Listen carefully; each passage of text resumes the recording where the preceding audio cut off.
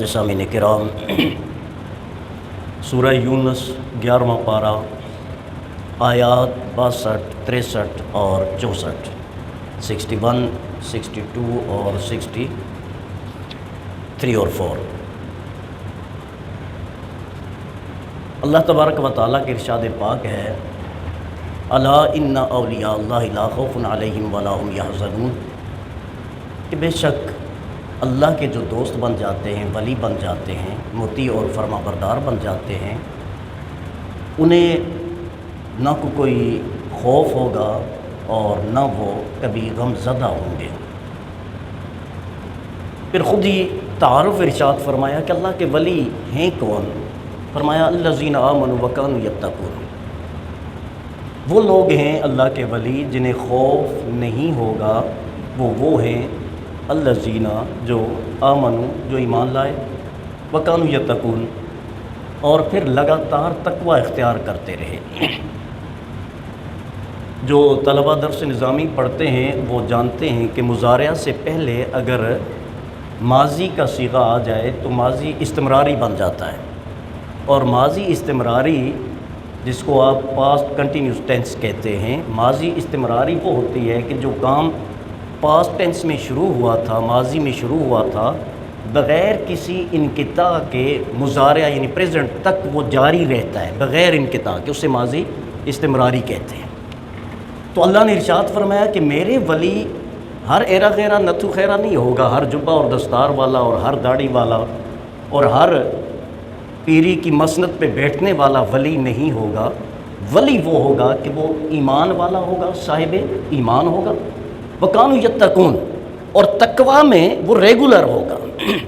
ایسا نہیں ہوگا کہ کھانا مرید کے گھر کھائے گا اور نماز کہے کہ میں مسجد نبوی میں یا مسجد حرام میں پڑھتا ہوں، نہیں، وہ جہاں کھانا کھاتا ہے وہاں نماز بھی پڑھتا ہے۔ تقوی ہمیشہ وہ اختیار کرتا رہے گا، متقی ہوگا۔ اور متقی کسے کہتے ہیں؟ حضرت عمر رضی اللہ تعالیٰ عنہ سے پوچھا گیا تقوی کیا ہے، متقی کیا ہے، خشیت الہی کیا ہے، جس میں اللہ تعالیٰ نے ارشاد فرمایا انما یخشی اللہ من عبادہ العلماء، علماء ہی اللہ سے ڈرتے ہیں۔ فرمایا خشیت کیا ہے؟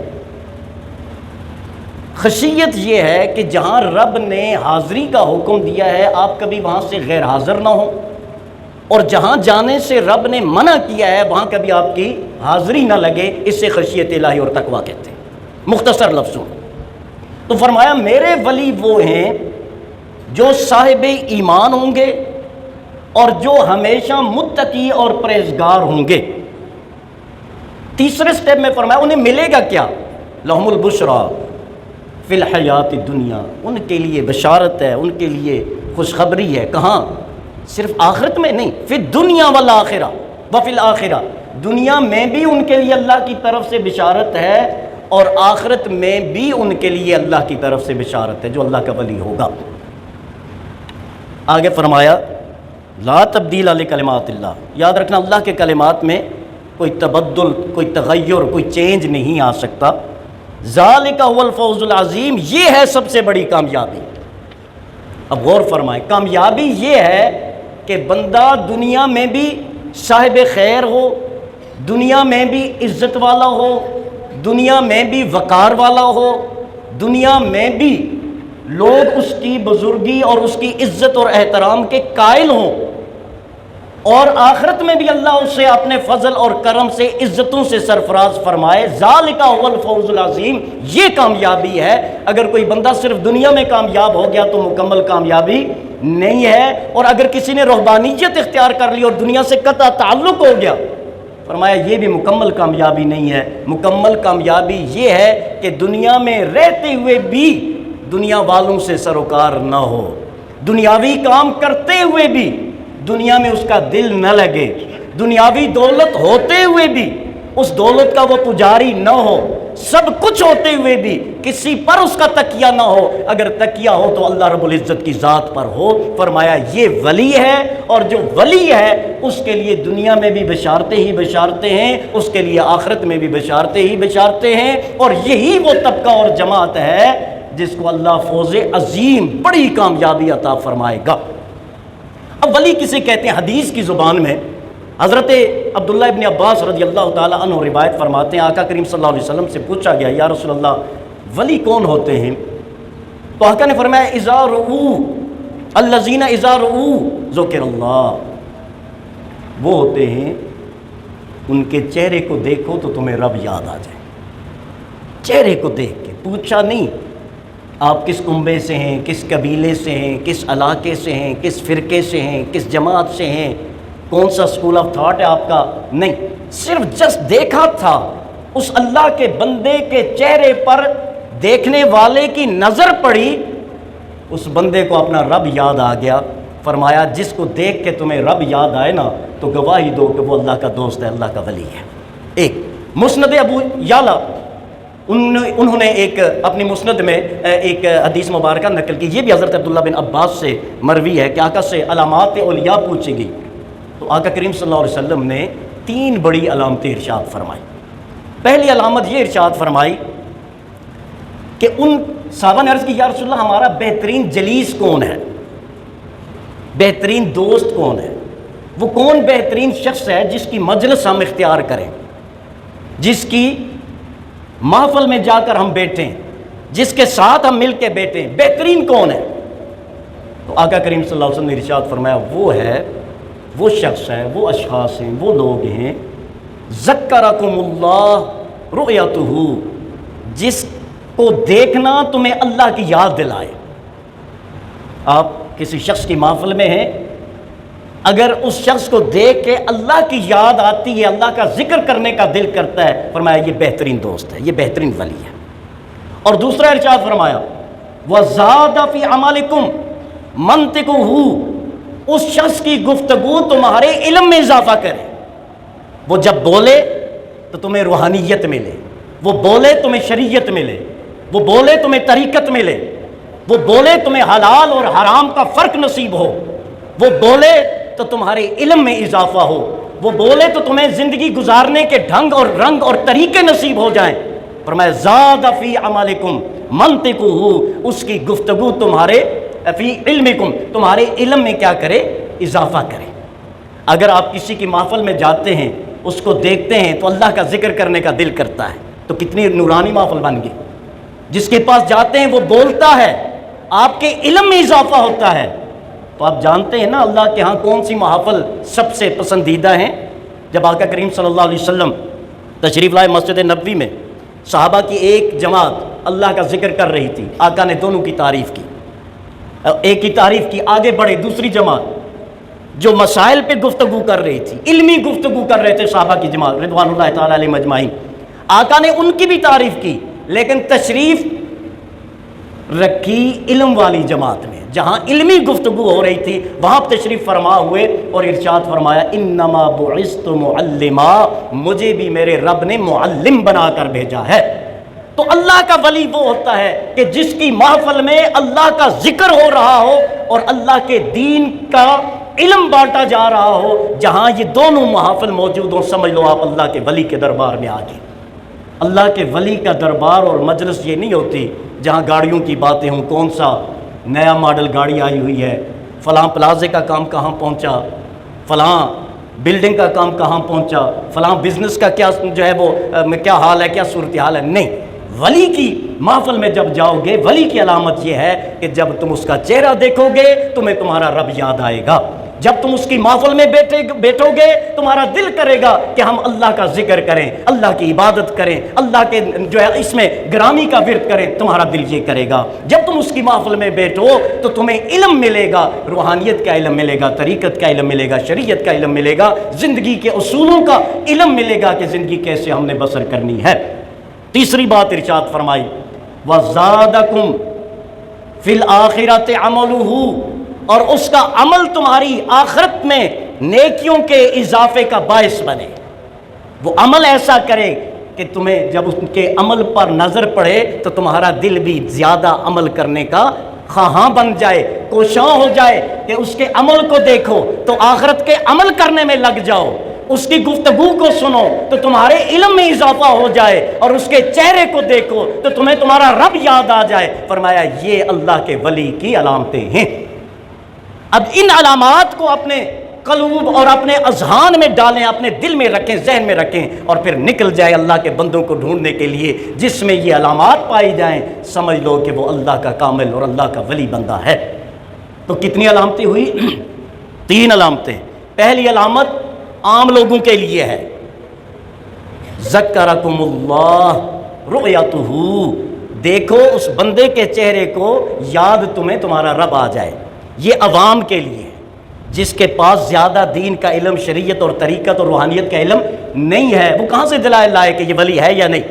تو یہ عوام کے لیے ہے، یہ عوام کے لیے فرمایا چہرہ دیکھو، اگر تمہارا دل گواہی دیتا ہے کہ یار اس کا چہرہ نورانی ہے، منور ہے، اللہ کا جلال اور جمال ہے، تو یہ علامت تمہیں بتائے گی۔ یہ جو ہے نا، کسی نے وضو ایریا میں کسی کا پرس ملا ہے تو بعد میں لے لیں۔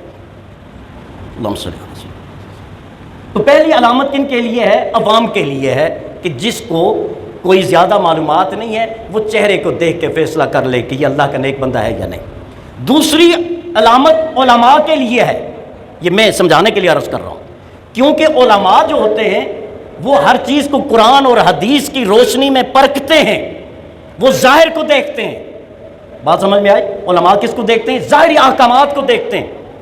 تو ولی کامل وہ ہوگا کہ علماء اگر اس کی محفل میں آتے ہیں، اس کی گفتگو ایسی ہوتی ہے کہ علماء بھی اس سے علم لے کے جاتے ہیں، سیکھ کے جاتے ہیں۔ میری فراغت تھی 2003 معراج شریف سے، جب میں نے کورس درس نظامی کا مکمل کیا، ہمارے ایک رشتہ دار ہیں، وہ دیوبندی مسلک سے، مجھے فراغت پہ وہ چلے گئے، اور معراج شریف دربار بھی ہے، سارے معاملات جس طرح ایک خانقاہی یا روحانی سیٹ اپ ہوتا ہے، وہ چلے گئے وہاں، رات حاضری انہوں نے دی دیکھنے کے لیے، اللہ جانتے ہیں کس نیت سے گئے، لیکن وہ گئے وہاں۔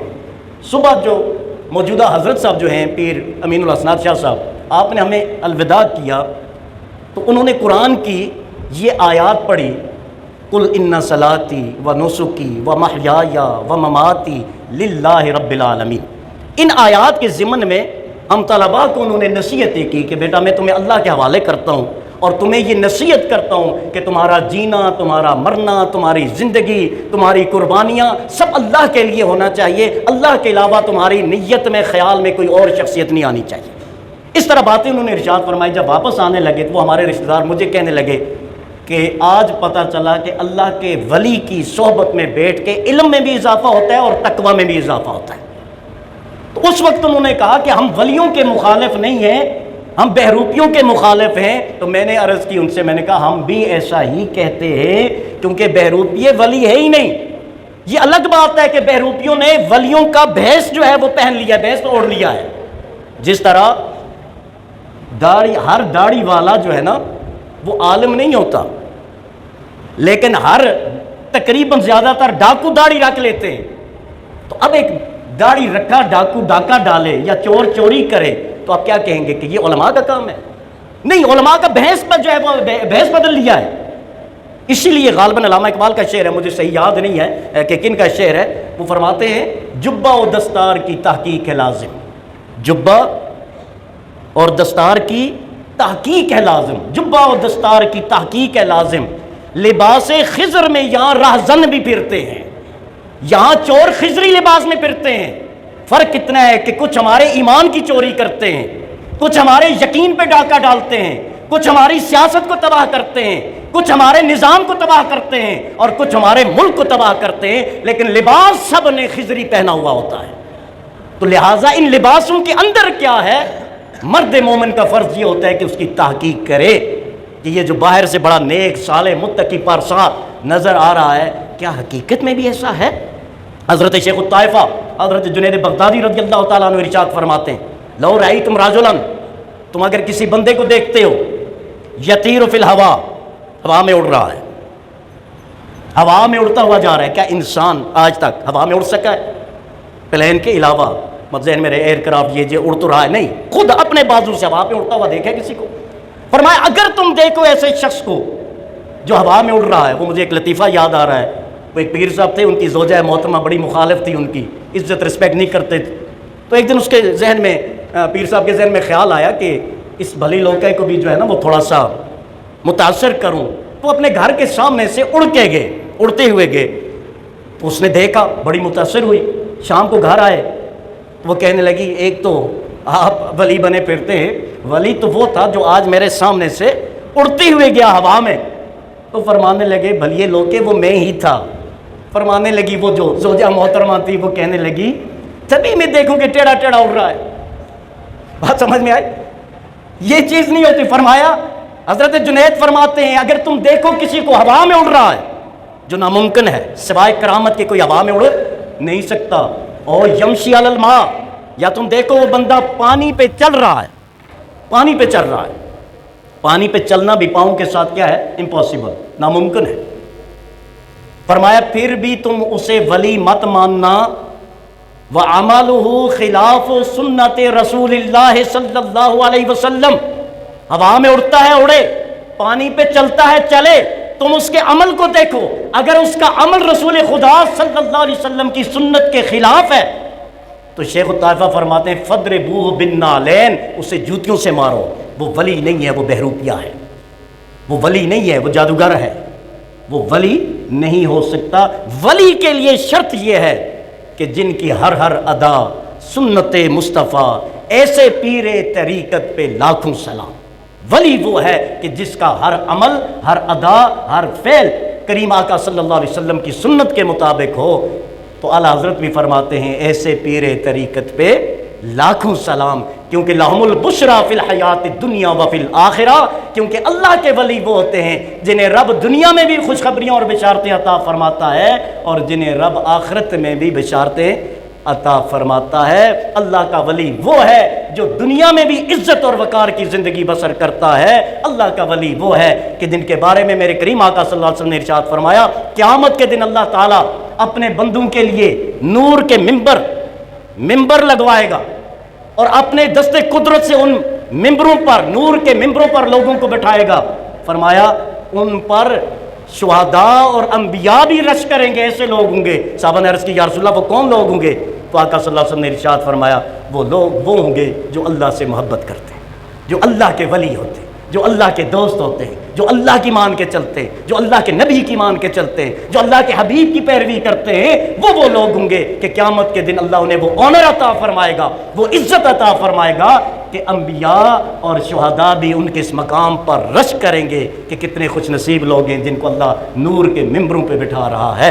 تو حضرات محترم، ولایت ایک عظیم مقام ہے، ولایت ایک عظیم مقام ہے، اور ولی ایک عظیم شخص ہوتا ہے امت کا، اور وہ شخص ہوتا ہے جس کے بارے میں آقا نے فرمایا من عاد لی ولیا فقد آذنتہ بالحرب، جو میرے ولی سے دشمنی کرے گا میں اس سے اعلان جنگ کرتا ہوں۔ لیکن بات میں نے عرض کر دی ولی کون ہے؟ الذین آمنوا وکانوا یتقون، ولی وہ ہے جو صاحب ایمان ہے، ولی وہ ہے جو صاحب تقوی ہے، ولی وہ ہے جس کو دیکھ کے رب یاد آئے، ولی وہ ہے جس کی گفتگو تمہارے علم میں اضافہ کرے، ولی وہ ہے جس کا عمل تمہاری آخرت کے اعمال میں اضافے کا باعث اور سبب بنے۔